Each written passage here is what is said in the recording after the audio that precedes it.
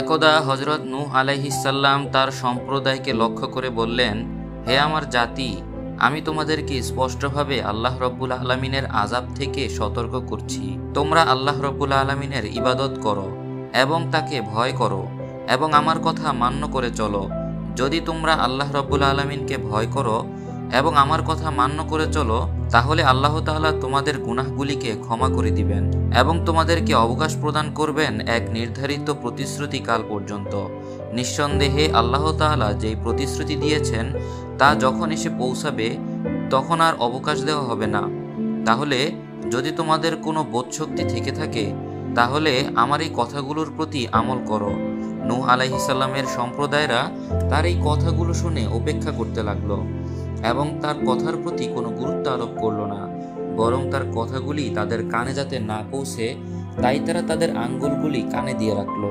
নূহ আলাইহিসসালাম তার জাতির মধ্যে ঘুরে ঘুরে দ্বীনের দাওয়াত পেশ করতে লাগলো। তিনি পাহাড়ের উপরে উঠে চিৎকার করতেন, হে আমার সম্প্রদায়, তোমরা আল্লাহর দাওয়াত গ্রহণ করে খাঁটি ঈমানদারদের অন্তর্ভুক্ত হয়ে যাও। মূর্তি পূজার মতো বর্হিত কাজ থেকে ফিরে আসো।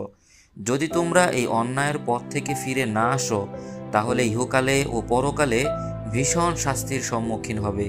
সেই শাস্তি থেকে তোমাদেরকে কেউ রক্ষা করতে পারবে না। নূহ আলাইহিসসালামের এই কথাগুলি এত জোরে জোরে বলতেন, শব্দগুলো প্রত্যেক ঘরে ঘরে পৌঁছে যেত। এলাকাবাসী খুব বিরক্ত বোধ করত এবং তারা নূহ আলাইহিসসালামের প্রতি ক্ষিপ্ত হতো। এমনকি তারা কানে আঙ্গুল দিয়ে এই আওয়াজগুলি যাতে না যায় সেই ব্যবস্থা করে রাখত। এমনকি কেউ কেউ মুখে কাপড় দিয়ে নূহ আলাইহিসসালামের প্রতি অবজ্ঞা করত। কেউ বিরক্ত হয়ে তার মুখে থুতু নিক্ষেপ করত, আবার কেউ গালাগালি করত। তারপরেও নূহ আলাইহিসসালাম তাদের প্রতি হেদায়েতের কাছ থেকে বিরত থাকলেন না। তিনি অনবরত তাদের কাছে হেদায়েতের বাণীগুলো পৌঁছাতে লাগলেন এবং আল্লাহ রব্বুল আলমিনের আযাবের ভয় তাদেরকে বোঝাতে লাগলেন। এরপর তারা বিরক্ত হয়ে নূহ আলাইহিসসালামকে বলতে লাগলেন, আমাদের সাথে কর্মঝগড়া না করে আমাদের এই অমান্য করার কথা তোমার খোদাকে বলে যে আযাব আনয়ন করতে পারো সেই আযাব নিয়ে আসো। তাদের এই উক্তি আল্লাহ রব্বুল আলামিন কুরআনুল কারীমে উন্মুক্ত ভাষায় বর্ণনা করেছেন। তারা বলতে লাগলো, হে নূহ, তুমি আমাদের সাথে বিতর্ক করেছো এবং অনেক বেশি বিতর্ক করে ফেলেছো। সুতরাং এখন তুমি যে জিনিসের ভয় দেখিয়েছো তা নিয়ে আসো, যদি তুমি সত্যবাদী হয়ে থাকো। সূরা হুদ আয়াত নম্বর 32। হযরত নূহ আলাইহিসসালাম তাদের কথা শুনে জবাব দিলেন, আল্লাহর আযাব আমার আয়ত্তে নেই, তা তো তার আয়ত্তে রয়েছে। আমাকে রাসূল রূপে পাঠিয়েছেন মাত্র, আর তোমাদেরকে সতর্কবাণী শুনিয়ে যাচ্ছি, আর তিনি চাওয়া মাত্রই আযাব চলে আসবে। হযরত নূহ আলাইহিসসালাম যখন তার সম্প্রদায়ের কোনো কথা না শুনে লোকদের মাঝে অবিরামভাবে হেদায়েতের কাজ করতে লাগলেন, তখন তারা অত্যন্ত বিরক্ত হয়ে তাকে ভীষণ প্রহার করল। এতে তার শরীর রক্তে রঞ্জিত হয়ে গেল, সমস্ত কাপড় চোপড় রক্তে ভিজে লাল হয়ে গেল। এরপর তারা হযরত নূহ আলাইহিসসালামের গলায় রশি দিয়ে মাটির উপর দিয়ে টানতে লাগলো। এমন অবস্থায় তিনি জ্ঞান হারিয়ে ফেললেন। তখন পশুর দল তাকে মাঠে ফেলে দিয়ে চলে আসলো। এমন অবস্থায় হযরত নূহ আলাইহিসসালাম মাটির মধ্যে অনেকক্ষণ পড়ে রইলেন। এই সময় তার একজন ভক্ত তার পাশ দিয়ে অতিক্রম করে যাচ্ছিল। নবীর এই অবস্থা দেখে চিৎকার করে কেঁদে উঠলেন। আল্লাহ রব্বুল আলমিনের দরবারে দুই হাত তুলে প্রার্থনা করতে লাগলেন, হে খোদা, তুমি আসো তার প্রমাণ কি? নবীর রক্ত জমিনে প্রবাহিত হচ্ছে আর তুমি নীরবে সব দেখে যাচ্ছ। এই অবস্থা আমাদের আর বরদাস্ত হয় না। তুমি মহান দয়াময় হয়ে এই দৃশ্য কিভাবে দেখে যাচ্ছ? নবীর যখন জ্ঞান ফিরে আসলো তখন নবী দেখতে পেলেন তার একজন অনুশীলনকারী তার পরিচর্যা করছে এবং অঝরে কাঁদছে। তখন তিনি তাকে সান্ত্বনা দিয়ে বললেন, হে বৎস, তুমি কেঁদো না। আল্লাহ তাআলার নিকট মর্যাদাবান হওয়ার এটাই একটি পথ। তিনি অবশ্যই এই আঘাতের বিনিময়ে আমাকে মর্যাদা দান করবেন। তখনই হযরত জিবরাইল আলাইহিসসালাম এসে বললেন, হে আল্লাহর নবী, আল্লাহ তাআলা আপনাকে সালাম দিয়েছেন এবং আপনি কওমের জন্য যে আযাবের দোয়া করবেন আল্লাহ তাআলা সঙ্গে সঙ্গে তা কবুল করে নেবেন। এই খবরটি আপনাকে দেওয়ার জন্য আমাকে পাঠিয়েছেন। তখন নূহ আলাইহিসসালাম বললেন, হে জিবরাইল, যদি আমার কওম ধ্বংস হয়ে যায় তাহলে আমি কাকে হেদায়েত দিব? অতএব আল্লাহ তাআলা যেন আমাকে আরো বেশি সময় দান করেন। অতঃপর হযরত জিবরাইল আলাইহিসসালাম হযরত নূহ আলাইহিসসালামের শরীরে হাত বুলিয়ে দিলেন এবং অল্প কিছুক্ষণ সময় সেবা করলেন। অল্পতেই হজরত নূহ আলাইহিসসালাম সুস্থ হয়ে গেলেন। তখন হজরত নূহ আলাইহিসসালামের হাতে একটি ছোট গাছের চারা দিয়ে বললেন, এই চারাটি আপনি একটি জায়গায় রোপণ করুন। এটি অল্প দিনে অনেক বড় হয়ে গাছে পরিণত হবে। তারপর কি করতে হবে আল্লাহ তাআলা আপনাকে জানিয়ে দিবেন। হজরত নূহ আলাইহিসসালাম তখন হজরত জিব্রাইল আলাইহিসসালাম থেকে সেই চারাটি গ্রহণ করলেন এবং এক পাহাড়ের চিপায় তা রোপণ করলেন। এরপর হজরত নূহ আলাইহিসসালাম পুরোপুরিভাবে আবার হেদায়েতের কাজে লেগে গেলেন। যেখানে তিনি খুব নির্যাতিত হয়েছিলেন সেখানেই তিনি আবার গিয়ে পৌঁছালেন। নবী তার কোনো তৎপরতা দেখালেন না। ঘরে ঘরে গিয়ে দিনের কাজ শুরু করে দিলেন। সন্তানদের পিতামাতারা নবীর কাছে এসে বলল, হে নবী, আপনি সত্যি আল্লাহ রব্বুল আলামিনের নবী, তাতে কোনো সন্দেহ নেই। আমাদের এলাকায় এসব ছেলেরা আপনার সাথে বেয়াদবি করেছিল। তাদের অধিকাংশের হাত পা বিকল হয়ে গিয়েছে, কারো কারো জবান বন্ধ হয়ে গিয়েছে, আবার কারো কারো চোখ অন্ধ হয়ে গিয়েছে, আবার কেউ পাগল হয়ে গিয়েছে। অতএব আপনি তাদের আরোগ্যের জন্য আল্লাহ রব্বুল আলামিনের কাছে দোয়া করুন। হজরত নূহ আলাইহিসসালাম বললেন, আমি তাদের আরোগ্যের জন্য দোয়া করব, তবে আমার শর্ত হলো তোমরা আল্লাহ রব্বুল আলামিনের উপর ঈমান আনো এবং আমাকে নবী বলে স্বীকার করো। তখন তারা বলল, পূর্বের ধর্ম ত্যাগ করে নতুন ধর্ম স্বীকার করা আমাদের পক্ষে সম্ভব না। এটা আমাদের গোত্রের লোকেরা কখনোই সহ্য করবে না, যার পরিণামে আমাদের ভীষণ সংকটের সম্মুখীন হতে হবে এবং আমাদের গোত্রের লোকেরা আমাদেরকে বহিষ্কার করে দিবে। তখন হজরত নূহ আলাইহিসসালাম তাদের ঈমানের প্রতি নিরাশ হয়ে গেলেন এবং তিনি সমুদ্রের পথে চলতে লাগলেন। তখন কিছু সংখ্যক ছেলেরা বলতে লাগলো, পাগল তো দেখি এখনো মরেনি, সে দেখি আবার ফিরে এসেছে আমাদের এলাকায়। এ বলে নবীর গায়ে পাথর নিক্ষেপ করতে লাগলো। নবী আবারও রক্তে রঞ্জিত হয়ে গেল। অনেক কষ্টে তিনি সেই এলাকা পরিত্যাগ করলেন। এরপর হজরত নূহ আলাইহিসসালাম আল্লাহর কাছে প্রার্থনা করলেন, হে খোদা, তোমার হুকুম পালন করতে অবহেলা করিনি কখনোই, তবে এই জাতিকে তোমার সম্মুখে আনার সম্ভব হলো না। এসব অত্যাচারের কারণে আমার শরীর রক্তে রঞ্জিত হয়েছে। এখন তুমি নিজের ব্যবস্থা করো। এভাবে কয়েক বছর অতিবাহিত হয়ে গেল। এরপর একদিন হজরত জিব্রাইল আলাইহিসসালাম হজরত নূহ আলাইহিসসালামের কাছে এসে বললেন, হে নবী, আমি আপনাকে কয়েক বছর আগে যে গাছের চারাটি দিয়েছিলাম এখন তা বৃহৎ একটি গাছে পরিণত হয়েছে। আপনি তার থেকে তক্তা তৈরি করুন এবং একটি জাহাজ তৈরি করুন। জাহাজ তৈরি হলে আপনি আপনার ভক্তদেরকে নিয়ে তাতে আরোহণ করুন। তাছাড়া যারা আপনার অবাধ্যকর থাকবে তাদেরকে আল্লাহ তাআলা এক প্রবল দিয়ে ধ্বংস করে দিবেন। আল্লাহ তাআলার এই গজব থেকে কেউ রক্ষা পাবে না। আপনি এই হেদায়েতের কাজটি বন্ধ করে অতি তাড়াতাড়ি জাহাজ বানানোর কাজে লেগে পড়ুন।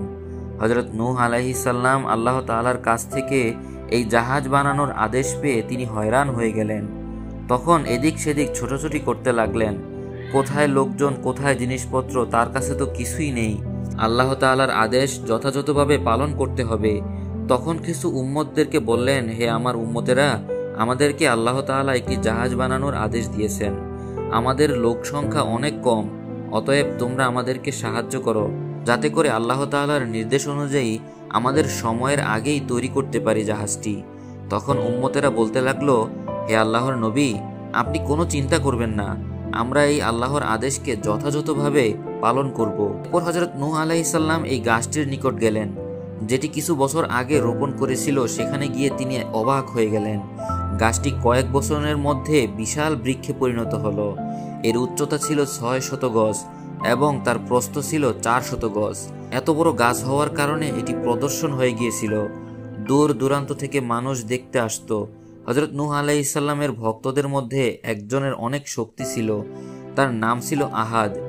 তিনি একসাথে কয়েকশো মানুষের সাথে লড়াই করতে ভয় পেত না। হযরত নূহ আলাইহিসসালাম গাছটি কাটার জন্য গেলেন, তখন আহাদ তার সাথে ছিল। যখন হযরত নূহ আলাইহিসসালাম এই গাছটি কাটতে যাবেন, তখন এলাকার লোক এসে সেখানে উপস্থিত হলো এবং বাধা দিল। বলল, হে নূহ, গাছটি তুমি কোনোভাবেই কাটতে পারবে না। আমরা তোমাকে কোনোভাবেই এটা কাটার অনুমতি দিব না।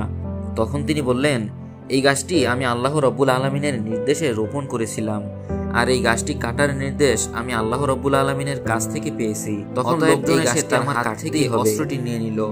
এই দৃশ্য দেখে আহাদ সহ্য করতে পারল না। তখন আহাদ লড়াই শুরু করে দিল এবং সেখানে 5 জনকে মেরে ফেলল এবং নিজের হাতে অস্ত্রটি নিল তিনি গাছটি কেটে ফেলল। এই অবস্থা দেখে স্থানীয় লোকেরা তাকে আর বাধা দিল না।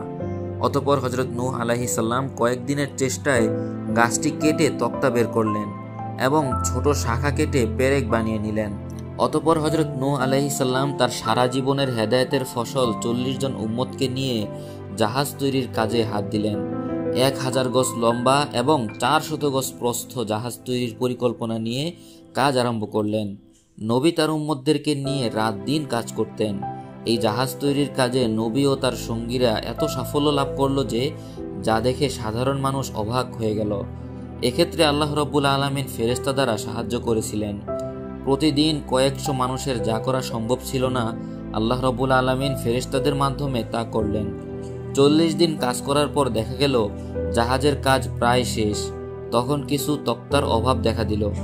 নূহ আলাইহিস সালাম আল্লাহ রাব্বুল আলামিনের কাছে বললেন, হে আল্লাহ, কিছু তক্তার অভাব দেখা দিয়েছে, এখন আমরা কিভাবে কাজ শুরু করব?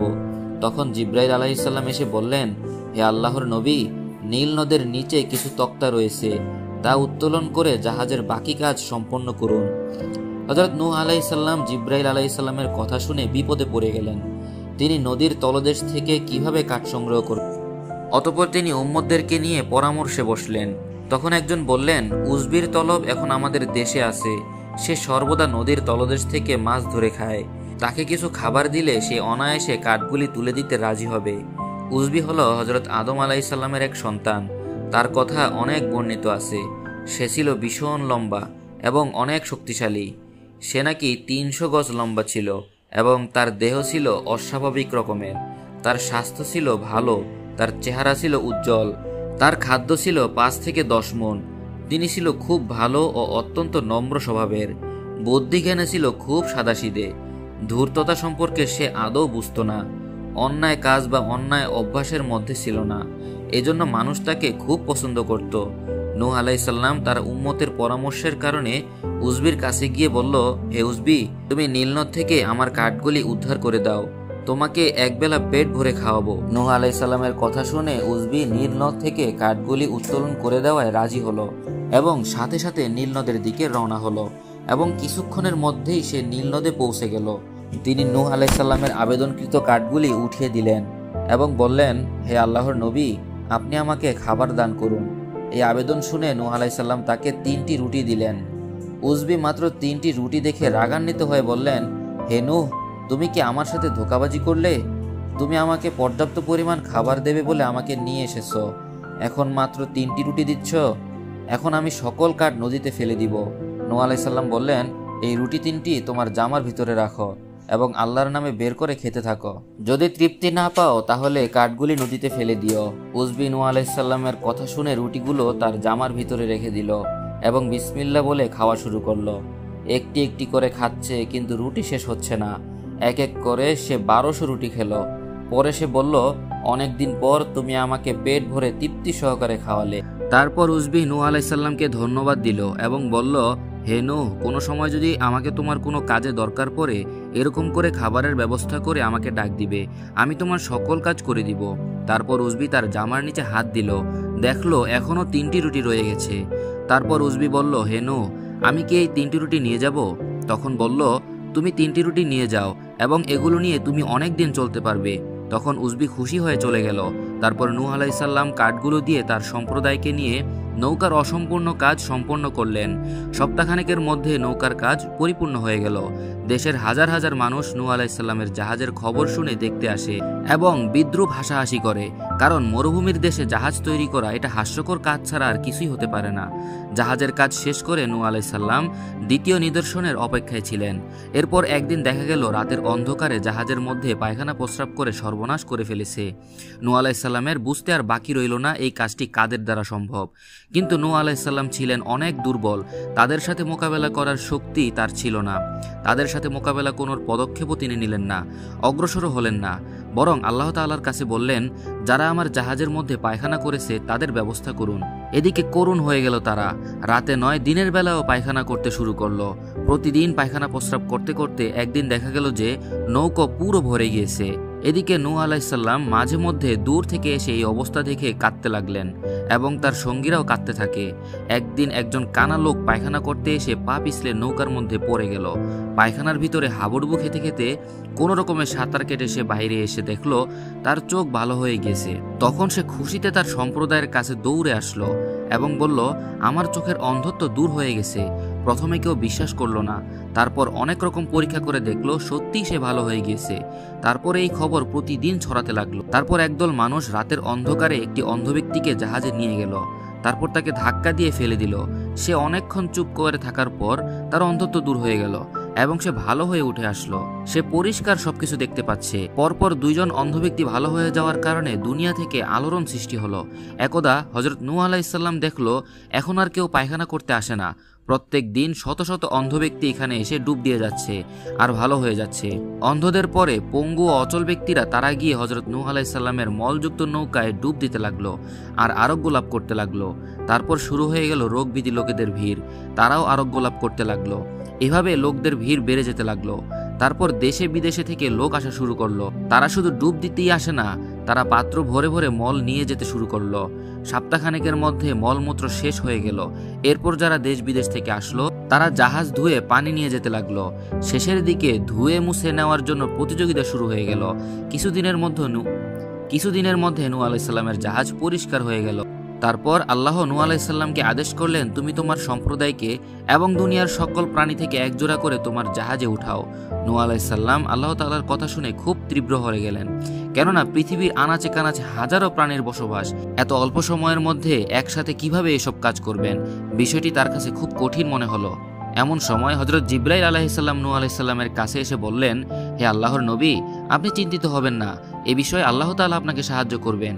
এ কথা শুনে নবী আশ্বস্ত হলেন এবং তিনি বললেন, হে আল্লাহর নবী, আপনি বিলম্ব করবেন না, আপনি কাজ শুরু করুন, কারণ কিছুদিনের মধ্যেই প্লাবন শুরু হয়ে যাচ্ছে, সবকিছু তলিয়ে যাবে।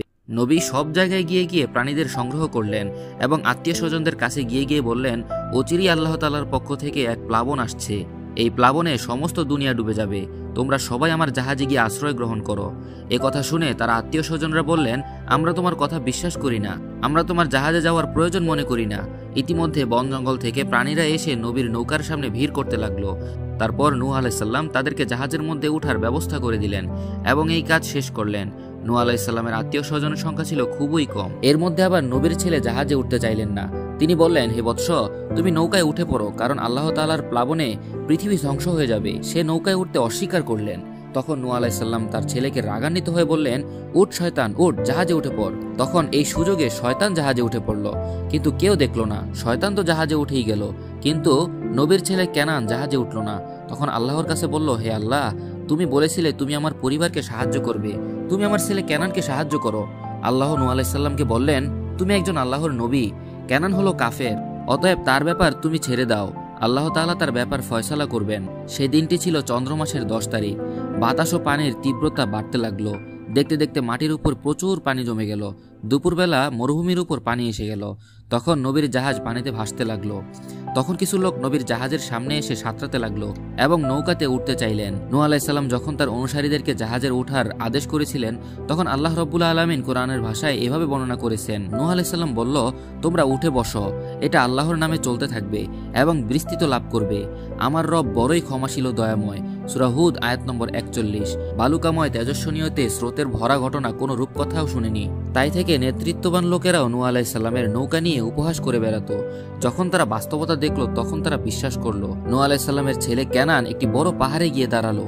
যখন পাহাড়ের উপর পানি এসে গেল তখন সে আল্লাহর নামে ইস্তেগফার পড়তে লাগলো এবং বাতাসের কারণে সে পাহাড়ের সাথে মাথা বাড়ি খেয়ে মাথা এবং শরীরের হাড় ভেঙে গেল।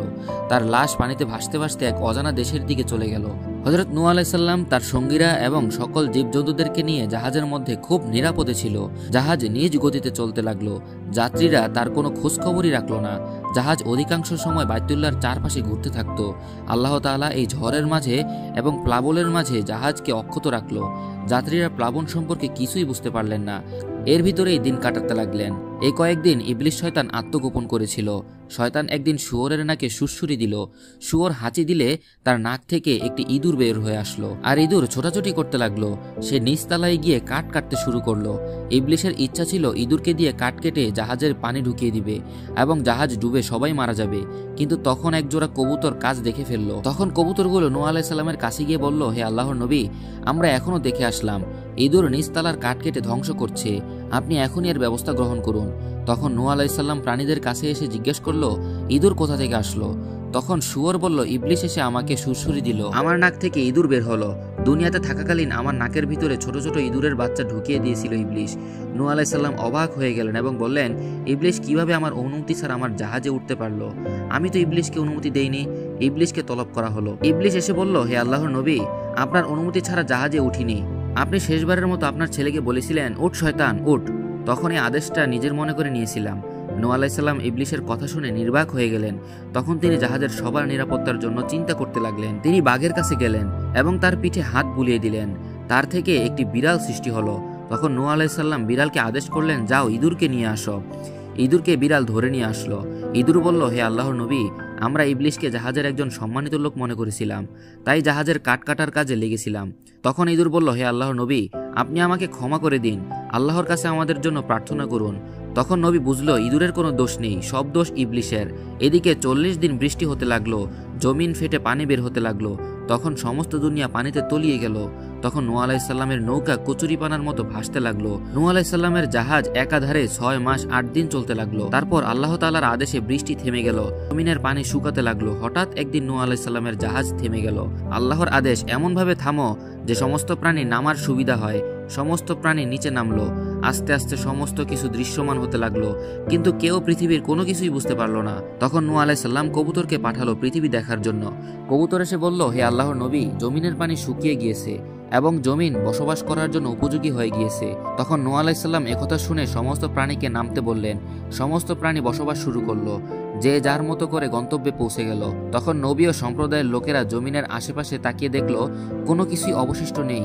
তখন ইবলিশ এসে নূহ আলাইহিস সালামকে বলে, হে আল্লাহর নবী, আমাকে বাঁচিয়েছেন, আমি আপনাকে কি উপকার করতে পারি বলেন।